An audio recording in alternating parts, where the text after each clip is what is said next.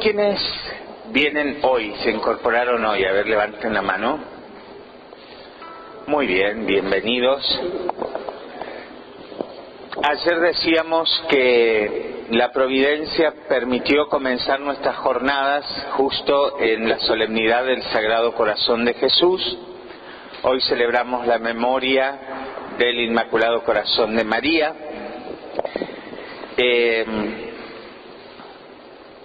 Y decíamos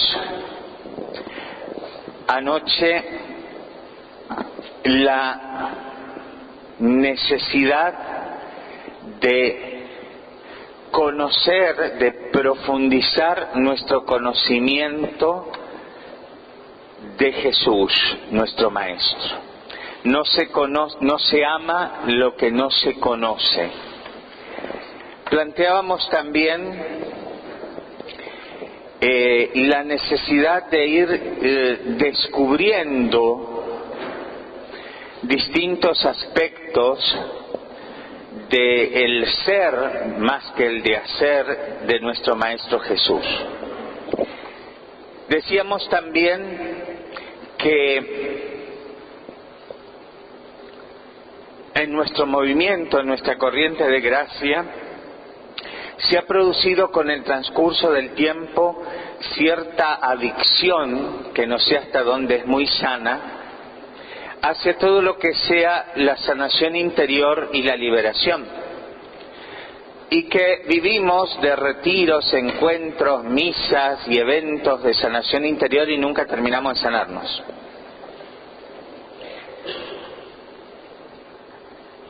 Y planteábamos la necesidad de revisar qué entendemos por sanación. Y yo tomaba las palabras de los obispos en la conferencia de Aparecida. Creo que me voy a cambiar con vos este micrófono, este es más largo. Hola.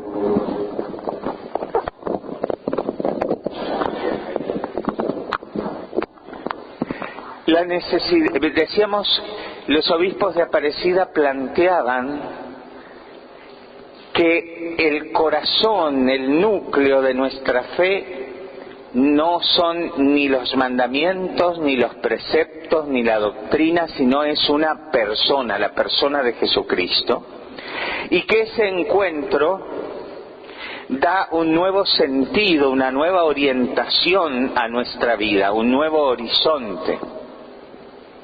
Y también planteaban que todo aquel que se encuentra con Jesucristo se sana más allá de lo que pase con su esqueleto.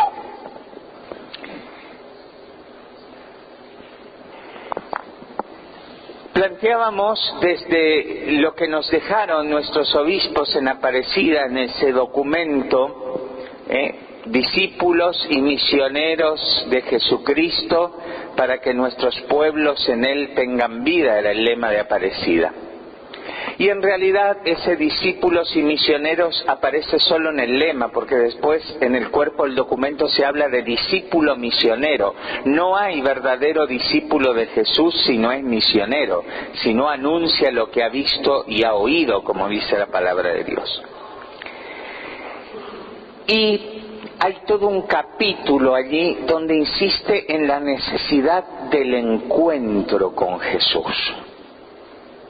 Y ese encuentro con Jesús, dicen los obispos claramente, es o se produce gracias a la acción invisible pero real del Espíritu Santo.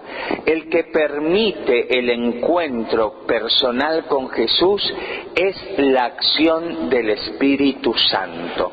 Es el que nos permite la intimidad divina, intimar con Dios. Ya lo vamos a ver cuando veamos el tema del Espíritu Santo. Hoy nos vamos a centrar en el encuentro con Jesús. ¿Dónde nos encontramos? Anoche planteábamos con qué Jesús nos encontramos, ¿no? Y yo les decía, no hay un único Jesucristo. El mundo moderno nos propone Jesús o Jesuses truchos, ¿no? Los curanderos nos hablan de Jesús, la nueva era nos habla de Jesús, la sociología nos habla de Jesús, un revolucionario más en la historia de la humanidad. El curandero invoca a Jesús como invoca a las otras entidades. La nueva era, la New Age, nos propone a Jesús como un gran maestro de la humanidad, como fueron Buda, Confucio, el conde Saint-Germain y tantos otros. Se invoca este Jesús sanador. Jesús sanaba a través del Reiki porque hacía Reiki. Los reikistas dicen que Jesús hacía Reiki y sanaba con el Reiki. Y se arma toda una mezcla de diosa y pantera allí. Y decíamos que nuestro encuentro, el sello de garantía de que es el verdadero Jesucristo, Hijo de Dios Altísimo, Hijo de María Santísima, Jesús de Nazaret, es el Jesús que nos presenta la fe de la Iglesia. Ese es el verdadero Jesús. Decíamos también que nosotros nos hemos inventado un Jesucristo a nuestro gusto y paladar. Nosotros como personas, como individuos, cada uno, pero también nosotros como movimiento nos hemos inventado un Jesús a gusto y paladar de los carismaniáticos.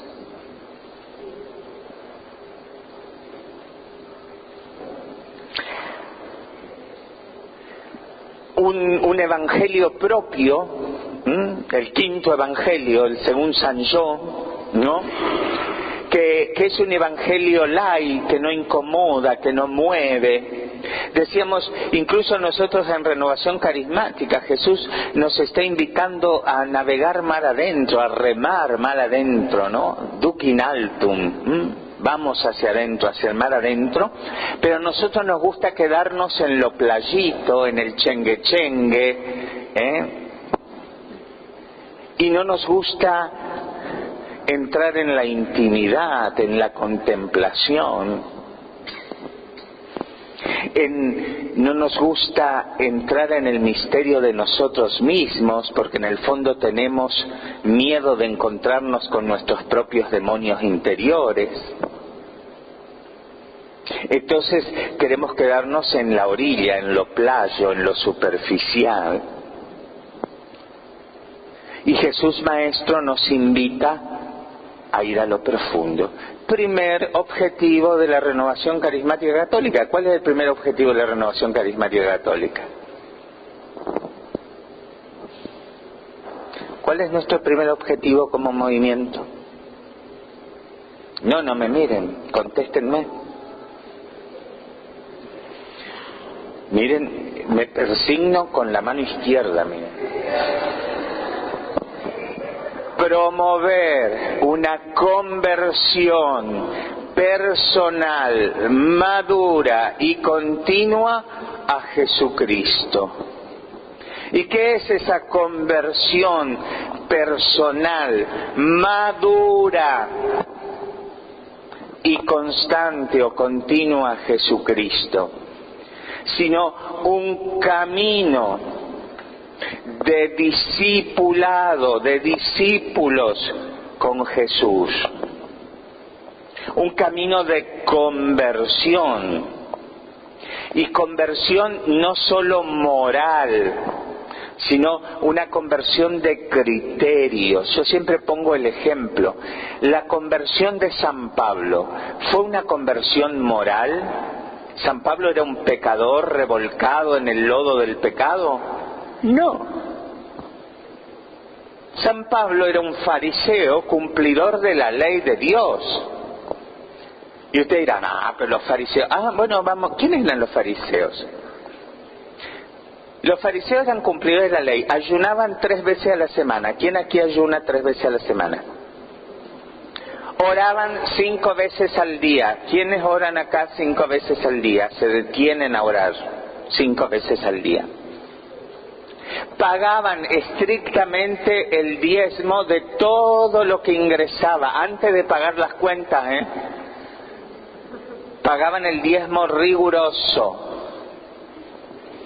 O sea, no eran tan mala gente. San Pablo era uno de estos fariseos cumplidor de la ley. ¿Por dónde pasa la conversión de Pablo, de Saulo de Tarso? Y ya me va dando calor, ¿vieron? Yo entro en... ¿Por dónde pasa la conversión de Pablo? Por un cambio de mentalidad, de criterios. Y es este el paso que también nosotros, que hemos pasado por una conversión moral, que hemos salido de una vida quizás de pecado, de lejanía de Dios, pero estamos invitados como personas y como movimiento a hacer un paso de conversión de criterios.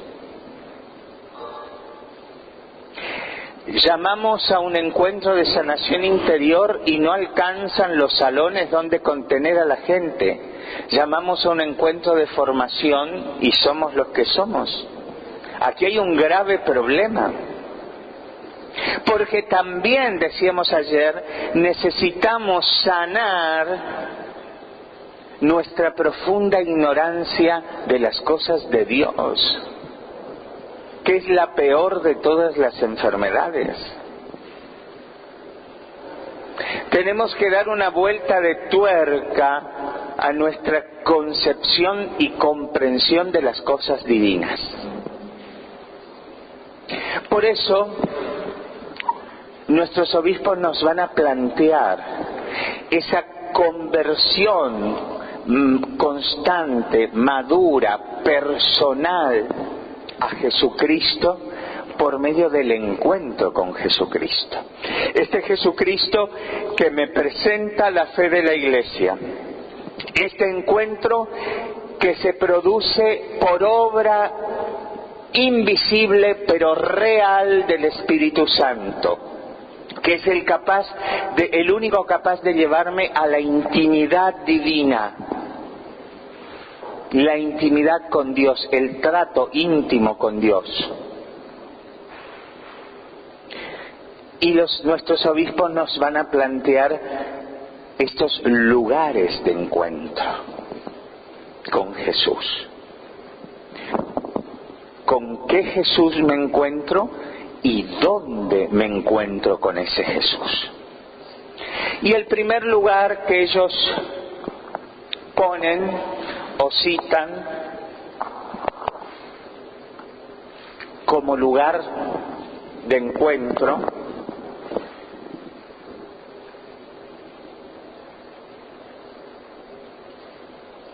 mate porteño, Boca Chica e inundado. Pero está rico el mate.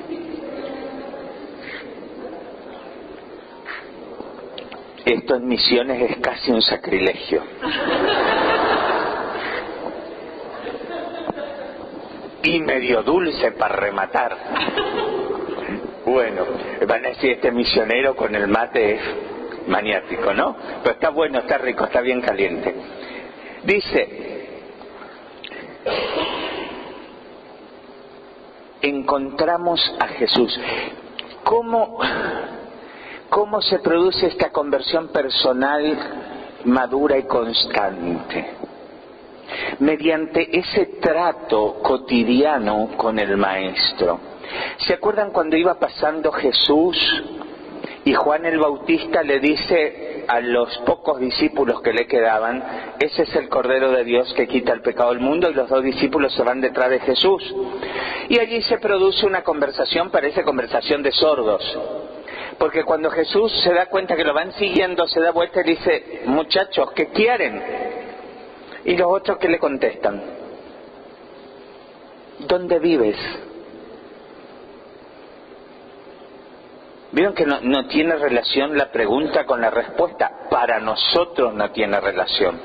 Para ellos era muy coherente. Yo les conté ayer que los judíos se formaban con un maestro. ¿Y cómo era la formación? Se iban a vivir con el maestro. Por eso le preguntan, ¿dónde vives? Queremos ser tus discípulos, queremos ir a vivir contigo. Y ellos se van con Jesús y pasan todo el día con Jesús. O sea, que este encuentro, este camino de conversión constante, personal y madura a Jesucristo, pasa por un trato diario con Jesús. ¿Dónde vives? Y Jesús que le contesta, vengan y lo verán, vengan y vean, vengan. Primer lugar de encuentro que los obispos nos plantean con este Jesucristo que nos presenta la fe de la Iglesia. Encontramos a Jesús en la Sagrada Escritura leída en la Iglesia. La Sagrada Escritura, palabra de Dios, escrita por inspiración del Espíritu Santo, es con la tradición fuente para la vida de la Iglesia y alma de su acción evangelizadora. Primer lugar de encuentro con Jesús en la palabra. Leída en la Iglesia. ¿Qué significa esto? ¿Que tengo que ir a la Iglesia a leer la Biblia? ¿O qué está diciendo?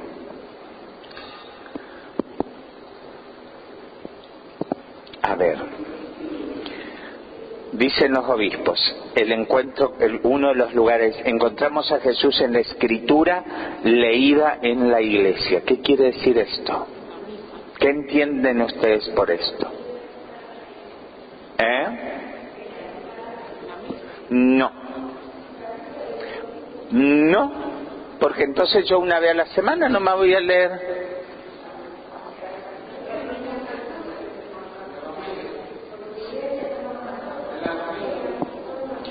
No. A ver, ¿cómo es?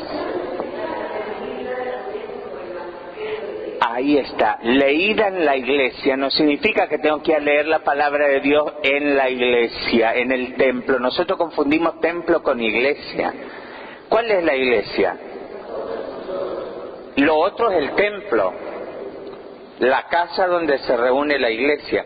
La palabra de Dios leída en la Iglesia significa que la debo leer y comprender como la lee y la comprende la Iglesia. ¿No decíamos que la Iglesia es la que nos presenta al verdadero Jesucristo? Yo debo leer y comprender la palabra de Dios en la fe de la Iglesia, como la lee la Iglesia, como la interpreta la Iglesia. ¿Se entiende entonces ahora que no se está refiriendo leída en el templo, sino leída en el mismo sentido que la lee la Iglesia? ¿Por qué? Y aquí primer escándalo para los carismáticos. La Biblia no cayó del cielo. La Biblia se forma por inspiración divina durante un periodo de 1800 años, más o menos. Y nace en el seno de la comunidad. ¿Qué fue primero, la Biblia o la Iglesia? La Iglesia. En su preparación en el pueblo de Israel, fue primero la comunidad de Israel, en el seno de la cual se escribe por inspiración divina. Es cierto, el autor principal de la Biblia es el Espíritu Santo, pero sus instrumentos humanos en el corazón de un pueblo, en la experiencia de Dios que tiene un pueblo, que es el pueblo de Israel. Y el Nuevo Testamento surge en el seno de la primera comunidad cristiana. Los primeros libros del Nuevo Testamento no fueron escritos hasta el año 40-50 después de Cristo. El último libro del Nuevo Testamento fue escrito entre el año 90 y el 100, que es el Apocalipsis. ¿De qué vivió la primera comunidad cristiana en todo ese tiempo que no había Nuevo Testamento así como lo conocemos hoy? De la fe de la Iglesia, de la enseñanza de los apóstoles. El Nuevo Testamento es fruto de la enseñanza de los apóstoles. El Antiguo Testamento es fruto de la experiencia de Dios que vivió un pueblo y que da testimonio de esa experiencia de Dios, el pueblo de Israel. Por eso San Agustín dice, yo no creería en los evangelios si no me lo dijera la fe de la Iglesia. La palabra de Dios leída en el sentido que la lee la Iglesia y la interpreta la Iglesia. Y los obispos van a citar a su santidad Benedicto XVI. Dice así: al iniciar la nueva etapa de la Iglesia misionera en América Latina, es decir, esto va para nosotros ¿dónde vivimos? En América Latina, muy bien. Es condición indispensable. ¿Es condición cómo? Indispensable. El conocimiento profundo y vivencial de la palabra de Dios. Conocimiento profundo, pero no un conocimiento profundo de un biblista, porque hay biblistas que son ateos. Que allá me va a matar Carlitos, pero hay biblistas que son ateos. Un conocimiento profundo y vivencial. ¿Qué significa vivencial? Que se haga vida en nosotros de la palabra de Dios. Por esto, y escuchen bien, hay que educar al pueblo en la lectura y la meditación de la palabra, que ella se convierta en su alimento, para que por propia experiencia vea que las palabras de Jesús son espíritu y vida. La necesidad en este camino de conversión personal, madura y constante a Jesucristo, de un conocimiento profundo y vivencial de la palabra de Dios, y la necesidad de educarnos como pueblo en el conocimiento de esa palabra.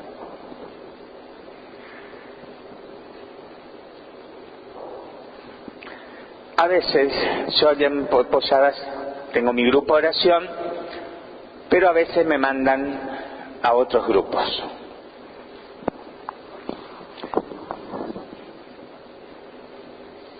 O me voy a los encuentros que tenemos por zonas en la diócesis, o a veces encuentros diocesanos o zonales, o reuniones previas que hacemos para algún servicio. Nosotros ahora estamos el próximo fin de semana con la visita del Padre Betancourt en Posadas, así que tenemos las reuniones con los equipos de trabajo, y bueno, se ora un rato, se lee la palabra y Madre de Dios después en el discernimiento, para dónde disparan y corren con la palabra que se leyó.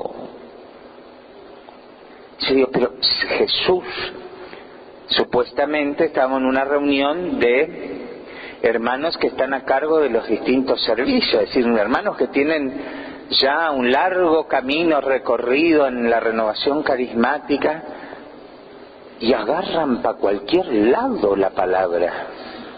Y en el discernimiento uno se da cuenta que se disparan para cualquier lado. Pues sí, pero esto es grave, es para sentarse a llorar. A mí a veces me da ganas de llorar y a veces me da ganas de partirle una Biblia por la cabeza. Aplicar el criterio de mis abuelos, la letra con sangre entra.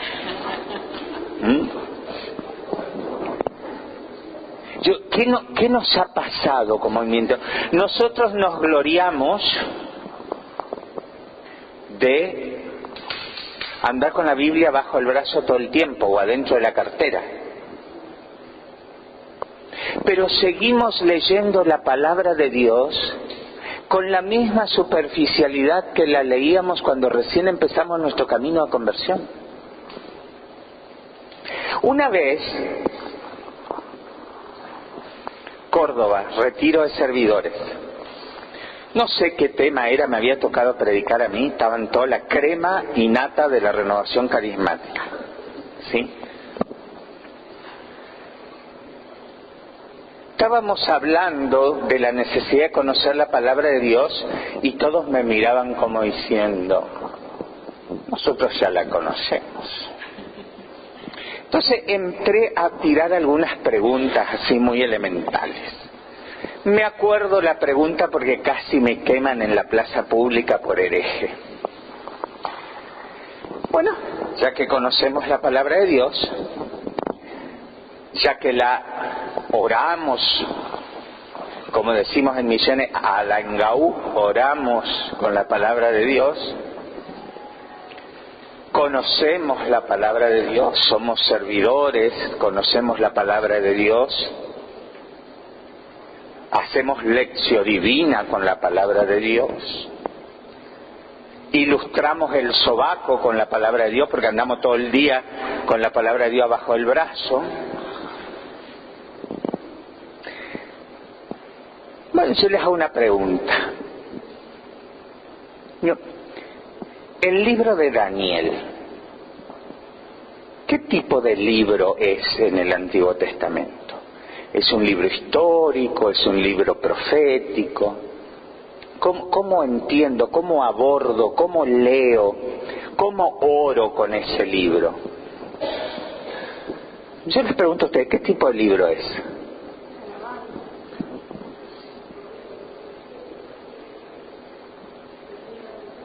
¿Escucho ofertas?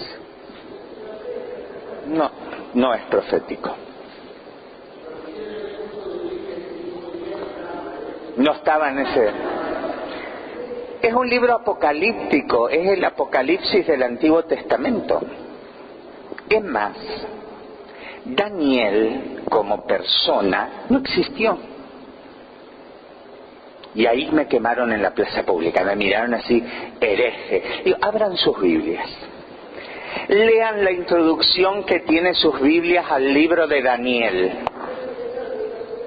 Y va a decir, relato ficcional compuesto entre los años 100 y pico antes de Cristo para consolar a las comunidades perseguidas por el helenismo y que toma historias de un supuesto personaje llamado Daniel y lo remonta a la época del exilio en Babilonia. ¿Y eso quita fuerza al libro de Daniel? No. Es el Apocalipsis del Antiguo Testamento que fue escrito por inspiración del Espíritu Santo para consolar a las comunidades judías que estaban siendo perseguidas por los helenistas. ¿Se acuerdan que Israel cayó bajo el imperio Alejandro Magno? Se muere Alejandro Magno, el imperio se divide en 4. La zona de Israel queda bajo el poderío de los antíocos, otros quedan bajo el poderío de los seleucidas, Egipto bajo los ptolomeos, y quieren imponer costumbres griegas a Israel y persiguen a las comunidades, quieren que coman cerdo, los judíos tienen vergüenza de circuncidarse porque van al gimnasio griego, y en el gimnasio griego los hombres iban desnudos, entonces tenían vergüenza de la circuncisión y dejaban de circuncidarse. Empezaron las primeras persecuciones, ahí se sublevan los macabeos, toda esa historia. Entonces yo no puedo leer el libro de Daniel ni orar con el libro de Daniel como si fuera un libro histórico o profético, un libro apocalíptico. Es un libro de estilo apocalíptico. Pongo un ejemplo para ver. Y nosotros tomamos la palabra de Dios y la leemos como que todo fuera igual. Un libro histórico, un libro sapiencial, un libro poético, un libro apocalíptico, da todo igual. Como no podemos recurrir a los horóscopos porque somos renovados, como no podemos ir a que nos tiren las cartas porque somos renovados, usamos la palabra de Dios de horóscopo y de carta adivinatoria. ¿Qué quieres, Señor, que haga hoy? Si tu mano derecha es ocasión de pecado, córtatela. No, Señor, vos no querés decir eso, no, a ver qué me querés decir, Señor. No el que dice Señor, Señor se salvará, sino el que cumple mi palabra. Ay no, Señor, vos no me estás pidiendo que me corte la mano derecha. Entonces abro de vuelta y me sale el diálogo de Jesús con Judas en la última cena. Lo que debas hacer, hazlo pronto. Entonces le hago decir a la Biblia que me tengo que cortar la mano derecha.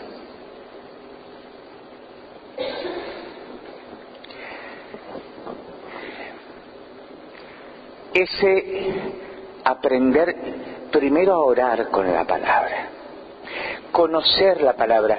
¿Cuántos años hace que ustedes tienen una Biblia?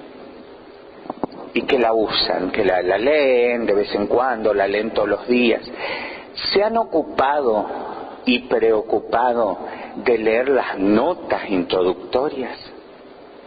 La introducción que trae antes de cada libro explicando cómo fue compuesto, para quién fue escrito, qué sentido tiene. A los más antiguos, no digo los más viejos, los más antiguos en Renovación, los que somos más antiguos. Ya nos hemos comprado un par de Biblias, ¿no? Porque ya hemos gastado algunas, nos hemos comprado nuevas. Fuimos seleccionando las Biblias que nos fuimos comprando. En el sentido de, fuimos buscando Biblias que nos permitan o nos acerquen más al estudio de la Biblia.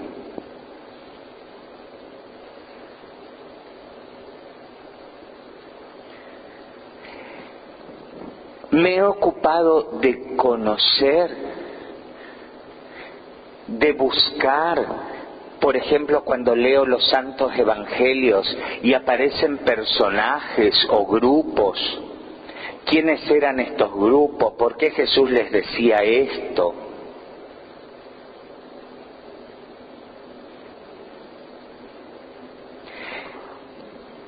Y acá no estoy hablando de inscribirnos en cursos catedráticos de Biblia.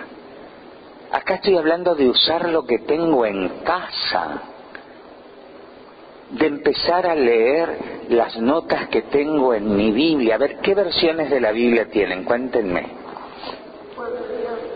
Pueblo de Dios, ¿qué otra tienen? El del peregrino, ¿cómo es? La nueva Biblia de nuestro pueblo, la traducción de Shekel es esa, ¿no?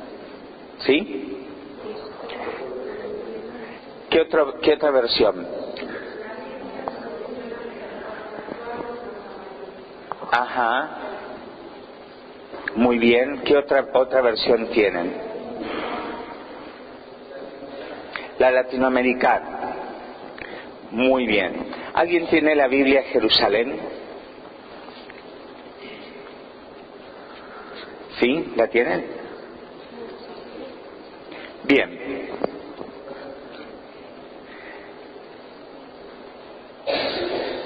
El día que se vayan a comprar una Biblia, otra de la que tengan, ahorren un poquito y cómprense la de Jerusalén, versión clásica, no la de letra grande, porque no tiene notas la de letra grande, la grande clásica que tiene las notas. Es una de las mejores en español y que tiene una introducción bastante buena a cada libro que nos puede situar. Salgamos de este conocimiento más estudioso de la Biblia y vayamos al otro aspecto. ¿Hemos aprendido a orar con la palabra? Sí, nosotros oramos con la palabra. A ver, ¿y cómo haces para orar con la palabra? Y bueno, yo estoy orando, abro la palabra en cualquier lado, leo, y bueno, y empiezo a hilar lo que se me ocurre. Cuando la Iglesia, al menos la Iglesia Católica, habla de orar con la palabra, habla de lección divina. ¿Qué es la lección divina? ¿Con qué se come la lección divina? ¿Con arroz? ¿Con la lectura orante de la palabra? Que es muy sencillo, parece difícil. Por ahí a la tarde vamos a hacer un ejercicio así comunitario de lección divina. Parece difícil, pero es muy sencilla. Para nosotros los carismáticos. Primero, ¿qué hacemos cuando iniciamos nuestra oración? Invocar al Espíritu, porque no sabemos orar como conviene, ¿no es cierto? Invocar al Espíritu también para leer la palabra en el mismo Espíritu que la escribió. ¿Quién es el autor principal de la Biblia? El Espíritu Santo. Muy bien. Segundo paso de la lección divina, leer el texto. lectura reposada. Si no entiendo una palabra, la busco en el mataburros o diccionario. ¿Qué significa? Hay Biblias que tienen incluso un diccionario atrás, o en la nota explicativa si la tiene. Trato de entender primero el texto. ¿Quiénes son los personajes que intervienen? ¿El texto es un relato histórico? ¿Es una parábola? ¿Las parábolas son hechos históricos? ¿Los hechos que cuentan la parábola son hechos históricos? No, las parábolas son cuentos pedagógicos, ¿sí? Como nosotros cuando viene el hijito, el nietito, le ponen, yo como de dónde nací, y ustedes qué le cuentan, si es muy chiquito. Papá le puso una semillita en la panza de mamá y la semillita creció y esa semillita sos vos. ¿Es verdad eso? Sí, en el fondo es verdad. Lo que estoy adecuando es el lenguaje para que el niño de 2 años entienda qué es lo que pasó. Le cuento la verdad, pero en un lenguaje adecuado. La parábola es eso. ¿El hijo pródigo existió realmente? ¿Sí o no? No, es una parábola que trata de explicarnos, en realidad, el amor misericordioso del Padre. Está mal nombrada esa parábola, no es la del hijo pródigo, es la parábola del Padre misericordioso. ¿Sí? Muy bien. Una cosa es una parábola y otra cosa es la resurrección de Lázaro. Ese sí es un hecho histórico. Entonces, cuando leo los santos evangelios, ¿qué estoy leyendo? ¿Una parábola? ¿Un hecho histórico? ¿Un discurso de Jesús, como es el discurso del pan de vida o las bienaventuranzas? Lo primero que hago en la lección divina es encontrar el contexto de la palabra. Un texto quitado de contexto es un pretexto. Y esto hace al crecimiento y a la profundidad de la oración. ¿Qué es lo que estoy leyendo primero?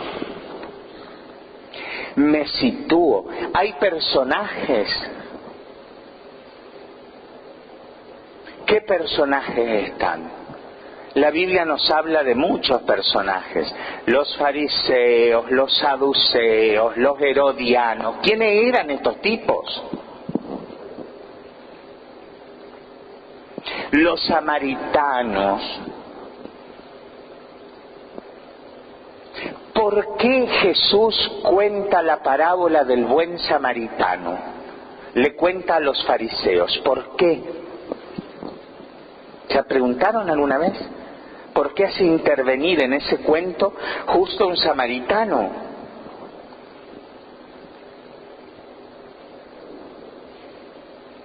Porque para los judíos, los samaritanos eran la peor lacra que existía. ¿Sí? Para el judío existían 3 tipos de personas. Los judíos, miembros del pueblo elegido. Nosotros, los gentiles, los goim. ¿Saben lo que es goim? Perros. Los perros. Nosotros, los gentiles, que no tenemos origen judío, somos los goim. Goim es el plural. Los perros.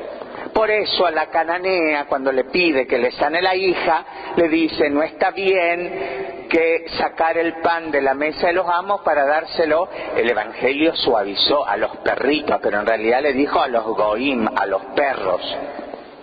Y la samaritana dijo, pero también los perros comemos de las migajas que caen de la mesa del amo. ¿Entienden ahí por dónde viene la toreada que le pega Jesús a la cananea?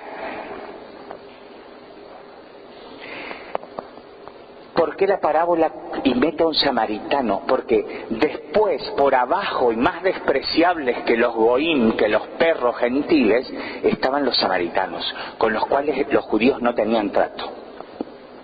En el mapa está Galilea al norte, Samaria en el centro y Judea con Jerusalén en el sur.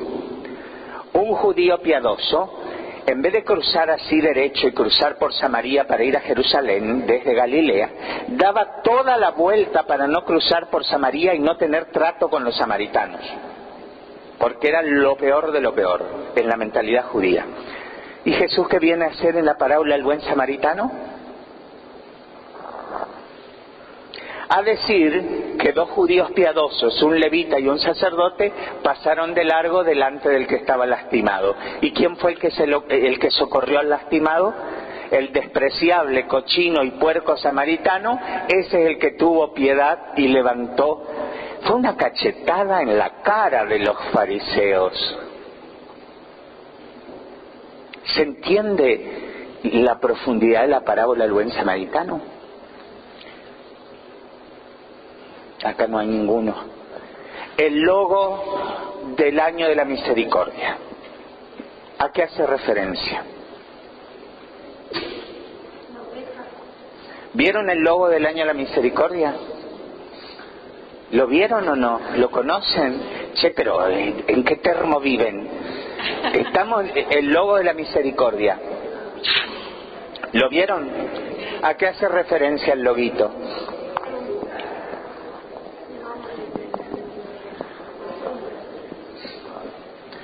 No es el Padre. Es el buen samaritano, que en este caso se identifica con Jesús. Es la parábola del buen samaritano. Jesús cargando al herido en el hombro. Están mezcladas las dos imágenes. Pero no es el Padre, es Jesús. Encima está pisando los dos palos de la cruz que tiene abajo los pies. Acá está en íntima relación con la parábola del buen samaritano, el logo.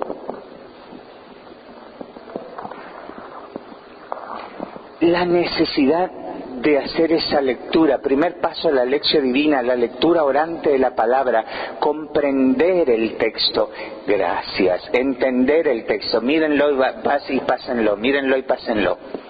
Entender el texto que estoy leyendo, situarme en la historia. Es un texto histórico, es un discurso de Jesús, es una parábola. ¿Por qué metió en la parábola Porque era un escándalo Jesús hablando con la samaritana en el pozo de Jacob. ¿Por qué la samaritana se sorprende que Jesús le pida agua? Porque encima la pobre samaritana tenía las dos maldiciones encima. Era samaritana y era mujer. Era un escándalo que Jesús le pidiera agua a ella. Encima tuvo no sé cuántos maridos. O sea, era una mujer de mala fama en el pueblo. O sea, todo esto, yo estoy poniendo ejemplos así al voleo para hacernos entender la necesidad de esa lectura reposada. ¿Para qué? Para pasar al segundo paso después de la lectura, que es la meditación. Me pongo en la escena, me identifico con alguno de los personajes. Vamos a otro texto bíblico. ¿Se acuerdan el texto de la viuda de Naín? Que era la que se le muere el hijo, ¿se acuerdan? ¿Sí o no? Jesús va con una runfla de gente y están llegando al pueblito de Naín, ¿y qué pasa? Che, pero usted no lee en el Nuevo Testamento. ¿Qué pasa ahí? ¿Qué sale por las puertas de Naín? Un cortejo fúnebre que tenía algo especial. ¿El muerto quién era? El único hijo de una madre viuda. O sea que esta pobre mujer cargaba con la doble maldición. Se había quedado viuda y sin su único hijo varón. Quedaba sola en el mundo. Jesús se acerca. ¿Y qué hace? Cuéntenme. ¿Qué hace cuando...? Tiene piedad, por eso tiene... Sí, ¿y qué hace? No, antes de resucitarlo, ¿qué hace?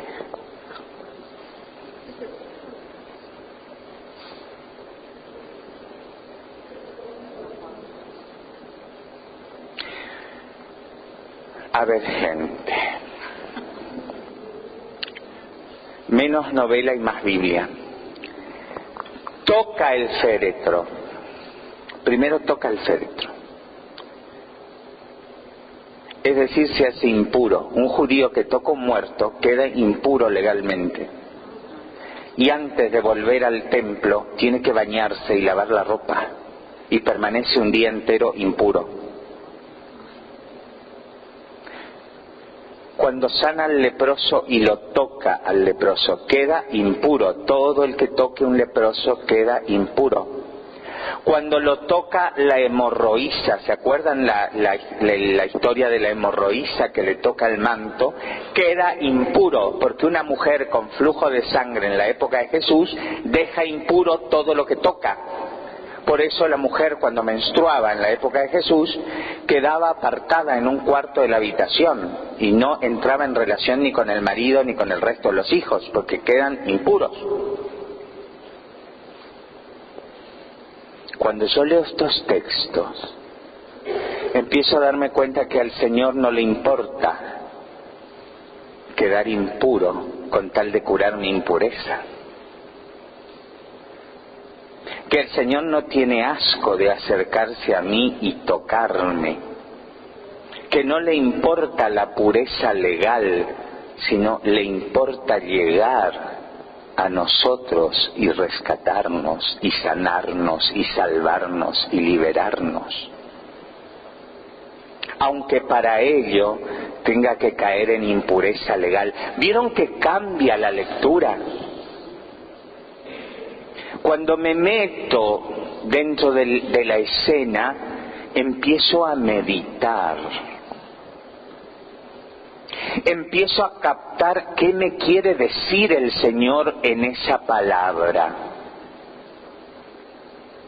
¿Qué sentido tiene para mi vida hoy ese texto? Y después de este paso sigue la oración. Dios me habló en su palabra, yo le respondo. Ahí sí que me agarra un ataque de caspa. En el grupo oración terminamos de leer la palabra, sea la que fuera, y después un momento de silencio para que la palabra entre en nosotros, y después salimos con la oración para cualquier lado. Y en realidad no respondemos a lo que el Señor nos habló en la palabra. Y si no, vamos a la muletilla fácil. Gracias, Señor, por tu palabra. Te alabo y te bendigo por lo que me dijiste. ¿Y qué te dijo? Estamos como el cuento que me contaba mi abuelita española. Es un chiste que en España, en un pueblito de España, una señora tenía un hijo que se fue a estudiar para sacerdote, nada más ni nada menos que en Salamanca, pero el hijo era más bruto que un ladrillo. Lo ordenan sacerdote y vuelve al pueblo, y orgullosa, primera misa en el pueblo, sentada en el primer banco, orgullosa la mamá del nuevo sacerdote. Empieza la misa, llega el momento del sermón y lo tenía que dar el nuevo sacerdote, el sermón. Y como era un ladrillo con patas, empezó. Porque como dijo el Señor, porque como dijo el Señor, porque como dijo el Señor, hasta que uno de los gallegos se salió en la paciencia ya en el medio y se para y dice, pues te dijo el Señor. Y la madre, para defender al hijo, se levanta y dice, pues el que quiera saberlo, que vaya a Salamanca como fue mi hijo. Entonces, gracias, Señor, por lo que nos dijiste en tu palabra, pero ¿qué te dijo?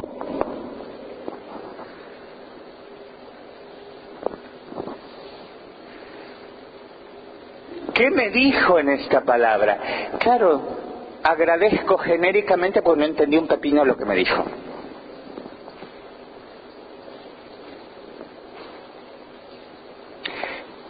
Y después de agradecer, de hablar, de responder lo que el Señor me dijo, callo la contemplación, el quedarme en silencio a los pies del Maestro, después de haber comprendido su palabra.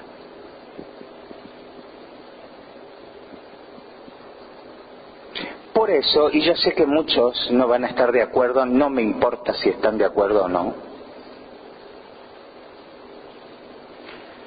se ha instalado en general en los grupos de oración el momento de abrir la palabra al azar. Y para mí es un reverendo desperdicio de la palabra de Dios.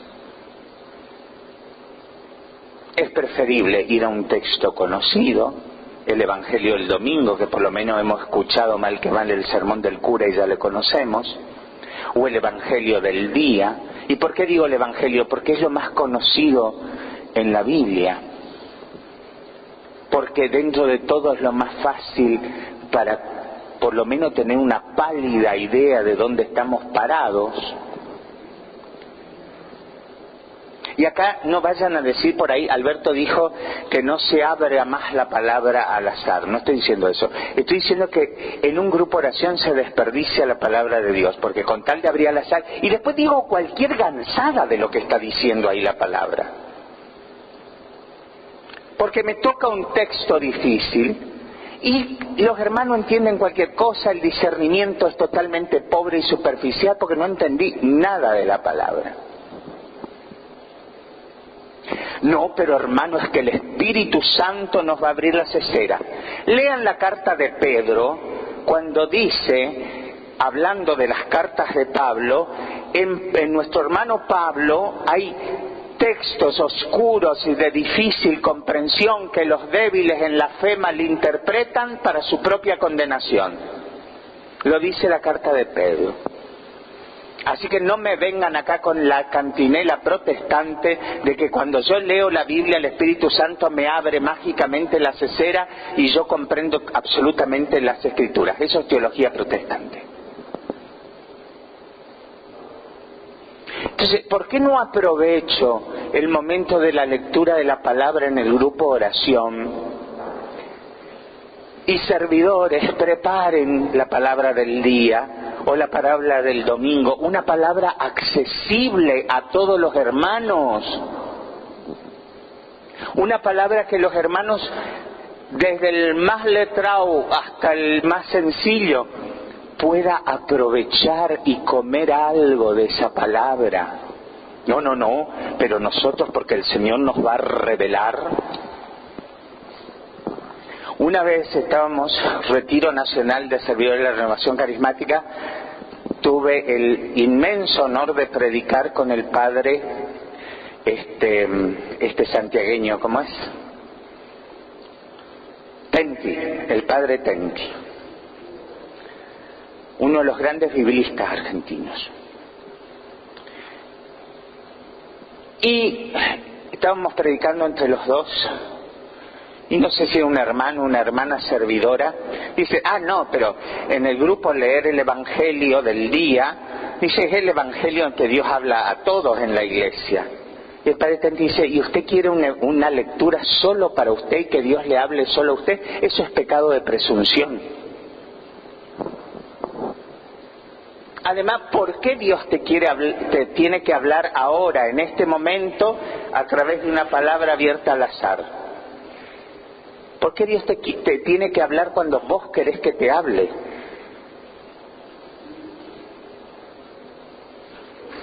Así como tantas veces nosotros no queremos escuchar a Dios, Dios tiene el derecho de no querer hablarnos, ¿sí o no? Dios tiene la obligación de hablarte cada vez que se te canta. Entonces, en este camino de crecimiento, demos a los hermanos una palabra que les sea de provecho. Y aunque sea el Evangelio del día, a mí me va a decir una cosa, a mi hermana le va a decir otra, a él le va a decir otra, a él le va a decir otro. ¿Por qué? Porque estamos viviendo situaciones distintas.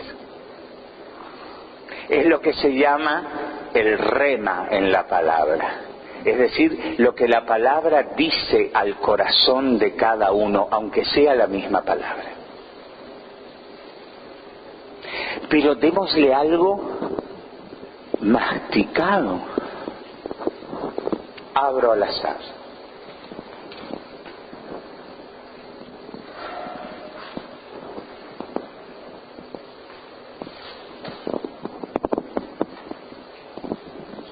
Miren lo que salió al azar. La mujer que tenga la menstruación permanecerá por espacio de 7 días impura, y quien la toque será impuro hasta la tarde. Todo aquello sobre lo que se acueste durante su impureza quedará impuro, y todo aquello sobre lo que se siente quedará impuro. Así que por favor, hermanas, si están menstruando, retírense porque ustedes están impuras. Y llévense junto a la silla porque ya dejaron impura la silla donde se sentaron. Miren, no la busqué, esta sí que salió al azar. Yo leo esto en el grupo oración. La leo a los carismáticos, así, a la buena de Dios y a los aguá, como decimos en misiones. ¿Qué entiende el hermano o la hermana de esta lectura? La que está menstruando se levanta y se va.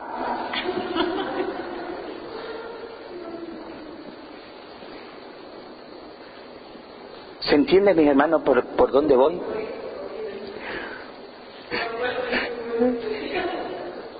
¿Se entiende? Entonces, ¿cómo hacer esa lectura orante de la palabra para poder encontrarme con el Señor en la palabra? Para ir creciendo en ese camino de discípulo del Señor. Y vuelvo a decir, no vayan a salir a decir lo que yo no dije. Alberto dijo que abrir la palabra al azar no sirve. En muchos santos y en la historia de la Iglesia Dios habló de esa manera, pero no habla únicamente así. Y lo que yo estoy diciendo es la situación concreta del grupo oración. En tu oración personal, ¿por qué no seguís las lecturas del día? Que te van dando un panorama de la vida de Jesús y de toda la Biblia. Si vos seguís la lectura del día, en 2 años lees todo un pantallazo de la Biblia, y es un pantallazo ordenado que te va haciendo un camino espiritual y te va guiando en la vida espiritual. Va teniendo una coherencia. O hace una lección divina proponiéndote leer en tanto tiempo un libro entero de la Biblia y seguís una cosa coherente. No, hoy leo Samuel, mañana abro en Hechos de los Apóstoles, pasado hablo en el Apocalipsis, 2 versículos, y ahí de esos 2 versículos hago decir lo que la Biblia no dice.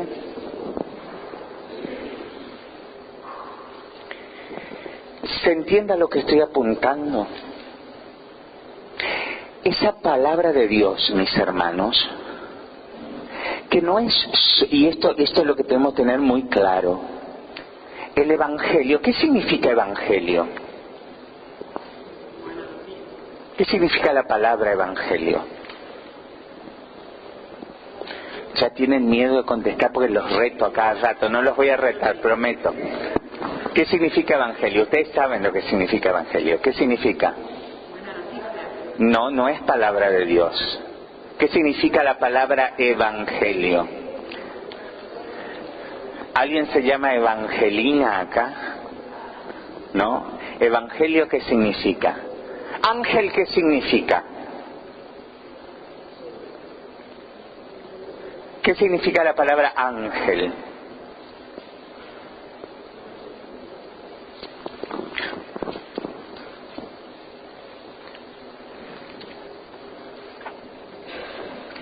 Voy a repetir las palabras de un político argentino ya pasado de moda. Estamos mal, pero vamos bien.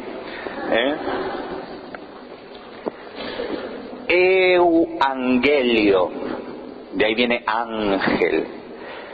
¿Qué significa?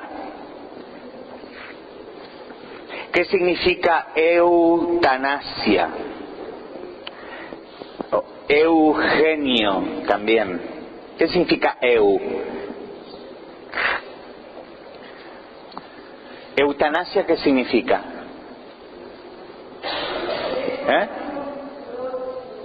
¿Cómo? La palabra eutanasia, ya que es algo más conocido, ¿qué significa?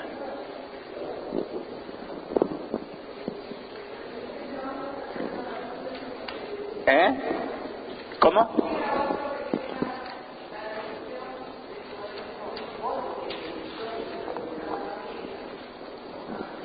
No, eso es la consecuencia. ¿Pero qué significa literalmente eutanasia? Muerte buena o muerte dulce, ¿sí? Evitar el sufrimiento. Eu es bueno. Angelio, ¿qué será? Buena noticia. El Evangelio es buena noticia. Pero es más que buena noticia, es palabra de salvación. Y si es palabra de salvación, ayer decíamos que para entender bíblicamente la palabra salvación teníamos que usar 3 palabras en español todo junto y a la vez. ¿Cuáles eran? Salvación, sanación y liberación. Quiere decir que el Evangelio es palabra de salvación, de sanación y de liberación. Yo les contaba ayer que nosotros en Misiones convivimos con hermanos católicos de rito bizantino, porque hay una gran comunidad ucraniana, ¿sí? Los católicos no somos solo los católicos de rito romano, que somos nosotros. Hay 23 iglesias con derecho y rito propio dentro de la Iglesia Católica, todos en comunión con el Papa. Uno de estos es la Iglesia ucraniana, que sigue el rito bizantino. En la Iglesia de rito bizantino, salvo grave enfermedad, el miércoles santo se imparte la unción de los enfermos a todo el mundo. Y ellos tienen un gesto muy fuerte con esto de palabra de salvación, sanación y liberación. Todo el mundo se para en el pasillo central, así como estoy yo parado, acá están los bancos, allá se para el otro, y el cura va pasando y te va haciendo la unción. Con un pincel te baña de aceite, porque se hace en la frente, en los ojos, en la boca, en la nariz, en los oídos, en las manos, en el pecho y en los pies. Cuando termina toda la aceitada, vos terminás chorreando, porque cuando sentís que te chorrea por la oreja y te tocas, ya te chorrea el que te ungió en la nariz y bueno, cuando termina todo eso, saca el evangeliario, el evangelio que está sobre el altar, lo abre como una casita y te va haciendo pasar por debajo y te ora con el evangelio abierto acá arriba en la cabeza. Un signo muy fuerte del poder sanador de los santos evangelios. La palabra de Dios no es solo buena noticia, es palabra de salvación. San Pablo va a decir, es fuerza y poder de Dios. El Evangelio es fuerza y poder de Dios. Y nosotros lo hemos convertido en un libro de horóscopo. ¿Qué me quieres decir hoy, Señor? Como no podemos decir, para los nacidos bajo el signo de Géminis, hoy es un día así, abrimos la Biblia para ver qué. Palabra de salvación. Y esa palabra de salvación tiene que llegar y calar mi vida. ¿Para qué? Para producir en mi corazón esa conversión personal, madura y constante a Jesucristo. Ese camino de discipulado tiene que discipular mi corazón. Tiene que discipular mi grupo de oración.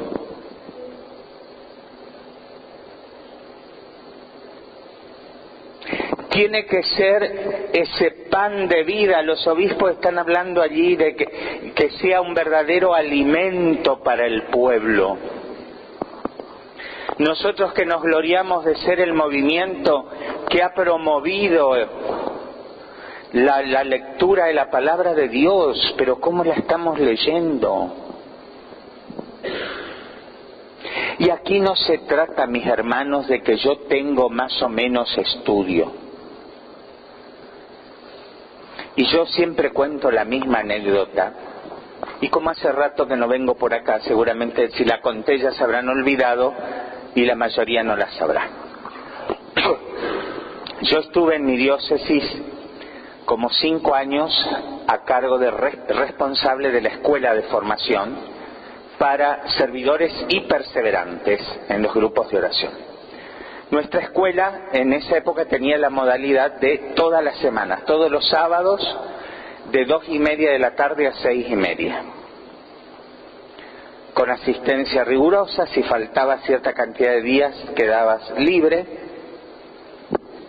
y con examen final a fin de año, que lo tomaba el cura asesor, en una charla. Más que un examen, una charla para ver qué habían dado durante el año. Con un programa sistemático y progresivo de 4 años. Después lo acortamos a 3 para adaptarnos a la propuesta nacional. Muy bien. Un año el padre asesor no pudo venir a tomar los exámenes. Y me dice, tómalos vos. Los hermanos oraban por los rincones y pedían clemencia. Yo digo, porque me tienen más miedo a mí que al cura. Sí, dice, porque el cura no está nunca en la escuela y vos estás siempre y sabés todo lo que vimos. Segundo año de la escuela, el fuerte de ese año eran los sacramentos. Teníamos la costumbre así, venían todos al salón, todo segundo año al salón, y iban pasando de a uno a charlar y los otros escuchaban, si querían. Teníamos en segundo año una abuela analfabeta, no sabía leer ni escribir la abuela. Entonces le toca el turno a la abuela, una de las primeras. Se sienta y yo le digo, abuela, vos no sabés leer ni escribir, ¿sí? No, no sé. ¿Y cómo hiciste? ¿Vos estudiaste? Sí, me dice. ¿Y cómo hiciste para estudiar? Dice, yo llevaba el apunte de acá todos los sábados y le daba que mi nieta me leyera 1, 2, 3, 4 veces, dice. Entonces yo aprendía y de paso aprendía ella. Viva la abuela. Entonces le digo, mira abuela, lo principal de este año fueron los sacramentos. Yo te voy a hacer 1 o 2 preguntas sobre los sacramentos y si vos sabés, ya está.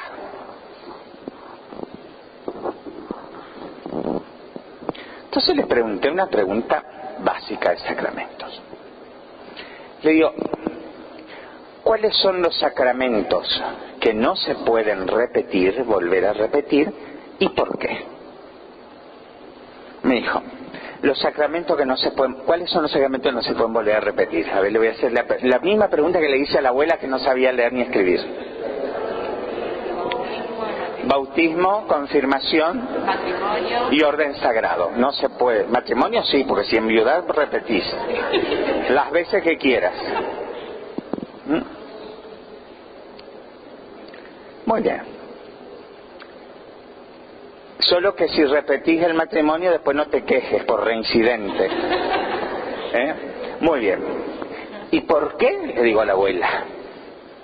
Y ella no me sabía explicar con términos teológicos, pero me explicaba con sus palabras, dice, porque esos sacramentos, dice, te dejan una marca en el alma. Y le digo, ¿y esa marca nunca más se va? Dice, no, porque es como cuando uno marca un animal con hierro caliente, dice. Ah, le digo, ¿y nunca más se va? Dice, no, hijo, porque ella me decía hijo. No, hijo, dice. Y esa marca en el cielo va a brillar para nuestro mayor orgullo y en el infierno para nuestra mayor vergüenza. Ahí ya me entusiasmé y le empecé a hacer otras preguntas. Y la abuela te contestaba con sus palabras, pero te contestaba con una precisión. Tuvimos como media hora hablando con la abuela. Era admirable cómo ella había entendido. La mandé para afuera, salió la abuela y me agarré con los otros. Le digo, ¿vieron? Manga de cretinos. Ustedes leen, escriben. El que menos tiene la primaria completa. me vienen a versear acá. La abuela, que no lee ni escribe, me contesta con una precisión, con una exactitud.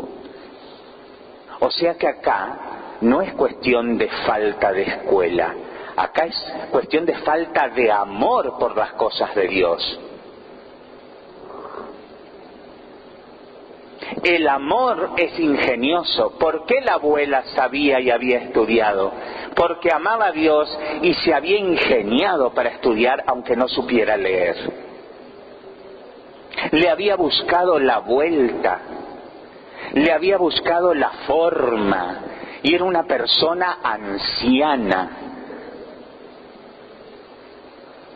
Y yo lo veo por mí, cuando los años se van acumulando, esta se vuelve lenta. Yo en mis buenas épocas me he llegado a leer 2 libros por noche. Ahora no llego al cuarto de un libro, porque los años van pesando. Pero la abuela había encontrado la vuelta, ¿se entiende, mis hermanos? Es encontrarle la vuelta. Acá no es cuestión de estudios, acá es cuestión de amor por las cosas de Dios, de gusto por las cosas. No tengo tiempo, no, nadie tiene tiempo, el tiempo se hace.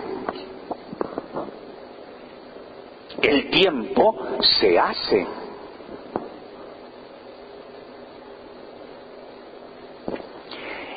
Es cuestión de disciplina espiritual. Otra mala palabra en renovación carismática.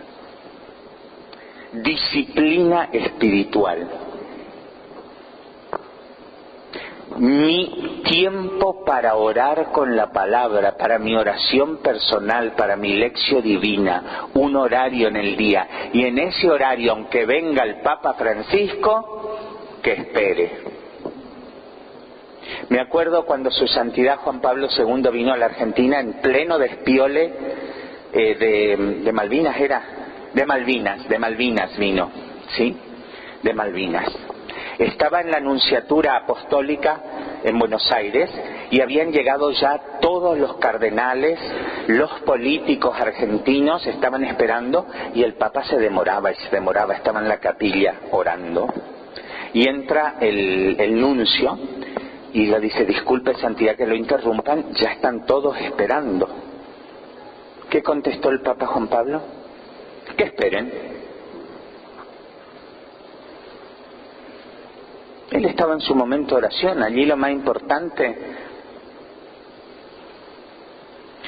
Pero hermano, vos decís eso porque sos soltero, no tenés hijos, pero nosotros tenemos hijos y la casa... Todo el día andan los chicos por todos lados.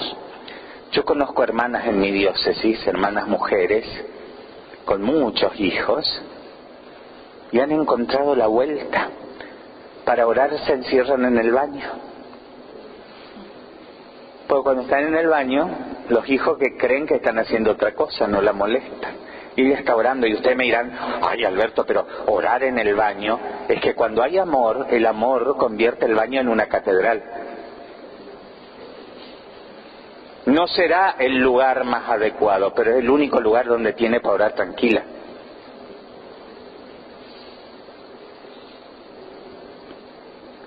La famosa anécdota de Santa Teresa de Ávila, que está en el excusado haciendo sus necesidades y empieza a alabar a Dios y el demonio se le aparece y dice: pecadora, inmunda, ¿cómo vas a estar orando a Dios ahí sentada en el excusado?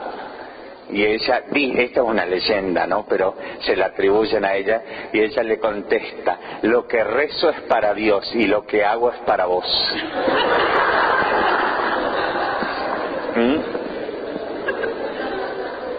O sea, buscarle la vuelta para tener ese momento de encuentro con Jesús en la palabra y dejarme salvar, sanar y liberar por esta palabra que es palabra de salvación, e ir comprendiendo esta palabra.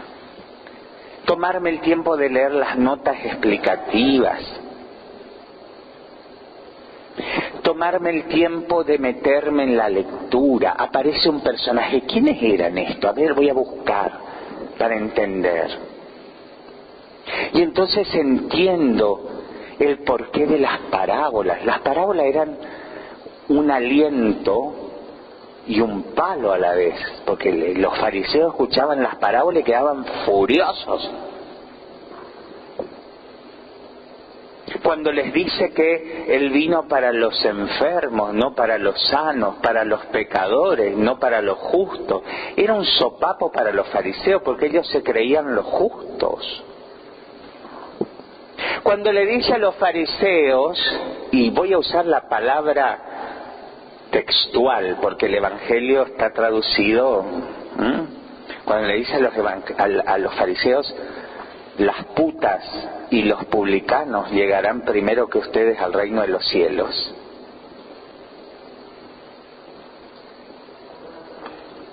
Como diciendo, esto que ustedes desprecian porque son pecadores públicos, se van a convertir primero que ustedes, porque saben que son pecadores, y ustedes se creen los justos.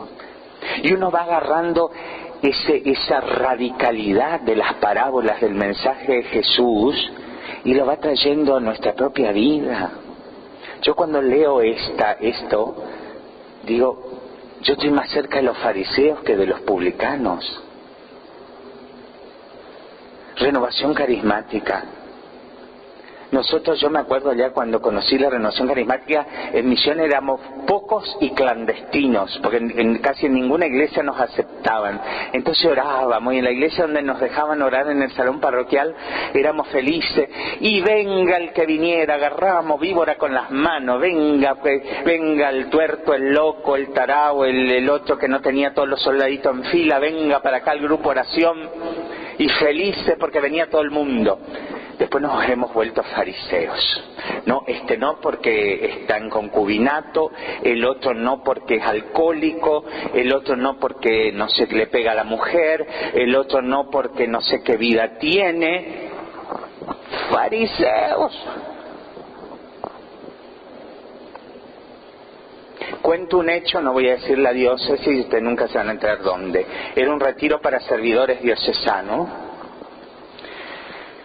Abrimos una ronda de preguntas y respuestas, o sea, una ronda de preguntas, y viene un servidor, o sea, estaba el equipo de servicio completo, y se les ocurre, pobres ingenuos, se les ocurre consultarme un caso.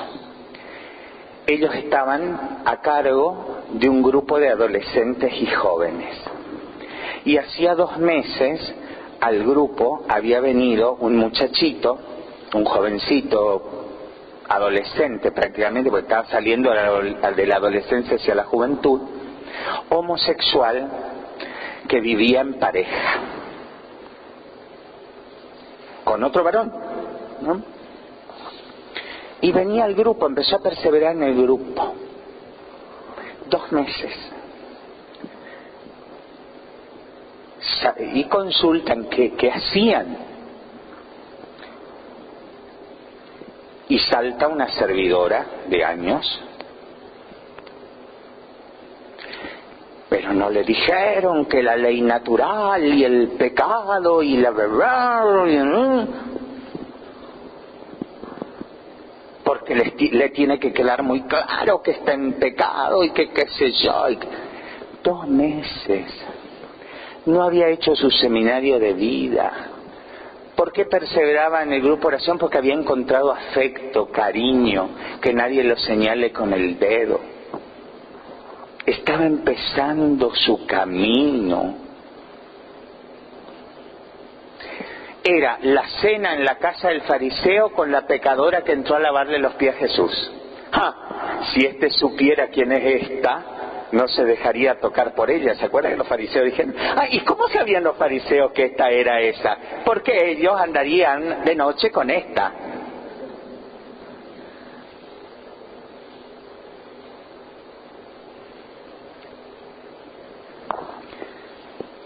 Te digo, pero, a ver, calma. ¿Cuánto tiempo hace que está en el grupo? 2 meses. Dice, hicimos otra cosa, dice. Fue el cumpleaños del chico. Y todo el grupo estuvo de acuerdo de festejarle el cumpleaños.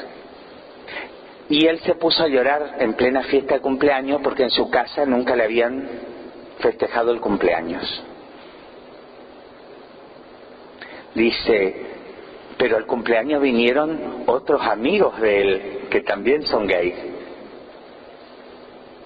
Y quedaron encantados con el grupo, cómo se los trató, cómo se los recibió. La servidora esta ya estaba al borde del ataque de nervios, ¿no? Digo, vamos a ponernos en la situación. Y aquí la palabra de Dios nos interpela. Entrarán primero al reino de los cielos que ustedes. Perseveraba, estaba recibiendo afecto. Ya vendría su seminario de vida, ya vendría su proceso de conversión, ya vendría su encuentro con el Señor. Si el pobre muchacho llega y yo le fajo toda la ley moral encima, ¿qué hago? Se va y nunca más vuelve. ¿Cuánto tiempo te esperó el Señor hasta que te convertiste? Y vos querés que el otro se convierta instantáneamente. ¿El grupo de oración es un camino de conversión para pecadores o es un lugar para convertidos?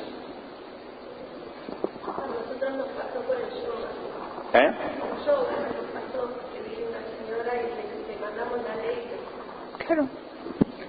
¿El grupo de oración es un ámbito de conversión o es un premio para los convertidos? Solo podemos entrar al grupo de oración si ya estamos convertidos. Los fariseos con la parábola del publicano, ¿sí o no? Entonces, y acá voy terminando y vamos a un recreo, ustedes ya están cansados, ¿no? Dejarnos interpelar por la palabra. Claro que es incómodo, claro que es molesto, claro que nos mueve, nos revuelve las tripas el Evangelio. Año de la misericordia. ¿Nuestros grupos son ámbitos de misericordia o son tribunales de justicia?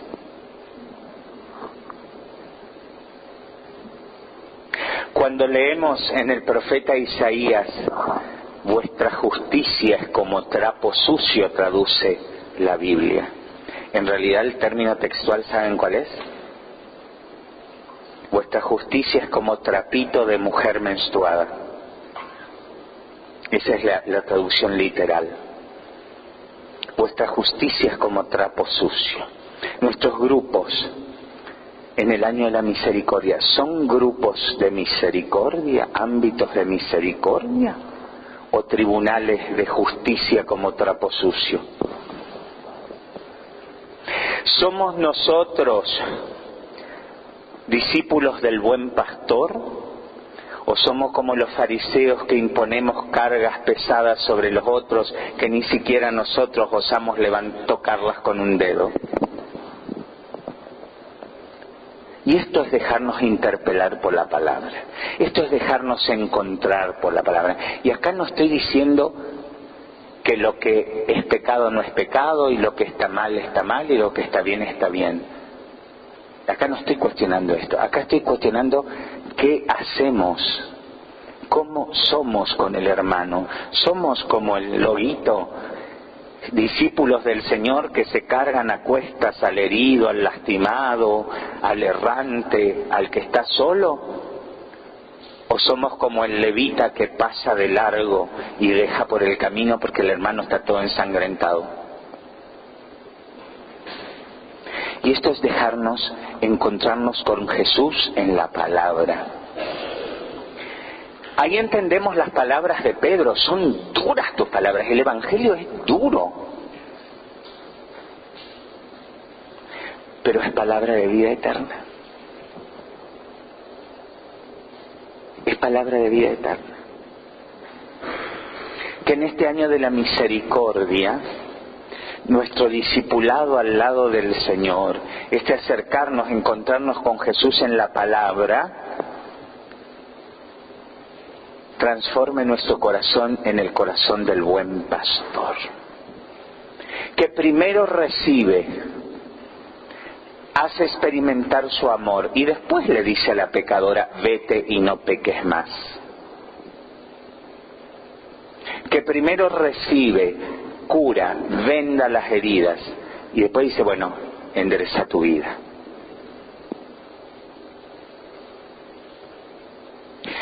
Mis hermanos, el mundo se muere de hambre porque anhela el pan de la palabra, el pan de vida, que no es solo la Eucaristía, sino también el pan de la palabra. Nosotros tenemos ese pan y lo guardamos y lo escondemos y se está llenando de moho en vez de repartirlo al mundo que lo necesita. Esos que van al Gaucho Gil, esos que van al curandero, a la curandera, al yoga, al reiki, están buscando desesperadamente a Dios. Y nosotros estamos cómodos, los 4 o 5 gatos locos que somos en el grupo oración, alabando y adorando a Dios. Y el resto no me importa. ¿Ustedes creen que van al Gaucho Gil por infelices, desgraciados, malos que son? Porque nadie les ha mostrado el amor de Dios y nosotros que lo conocemos no lo damos a conocer. ¿Por qué? Porque no nos dejamos interpelar por la palabra de Dios. ¿Por qué? Porque la leemos superficialmente y la entendemos para cualquier lado. Entonces, este encontrarnos con Jesús en la palabra nos lleva necesariamente al primer objetivo de la renovación carismática. Promover en nosotros, primero en mí mismo, una conversión personal, madura y continua a Jesucristo. ¿Nosotros qué queremos hacer? Que el otro se convierta. ¿Cómo rezamos nosotros? Por nuestra familia, por lo que conviértelo, Señor, conviértelo, aunque sea en lobizón, pero conviértelo. Cuando yo me tengo que convertir primero y los otros se van a ir convirtiendo cuando vean conversión en mí. ¿Vieron que realmente el Espíritu Santo ha puesto como primer objetivo de la renovación carismática esto? Y esa conversión es imposible sin el encuentro personal con Jesús, que ahora vimos en la palabra. Los obispos ponen en varios lugares que los vamos a seguir viendo. Vamos a un recreo y después vamos a hacer un ratito de oración con la palabra.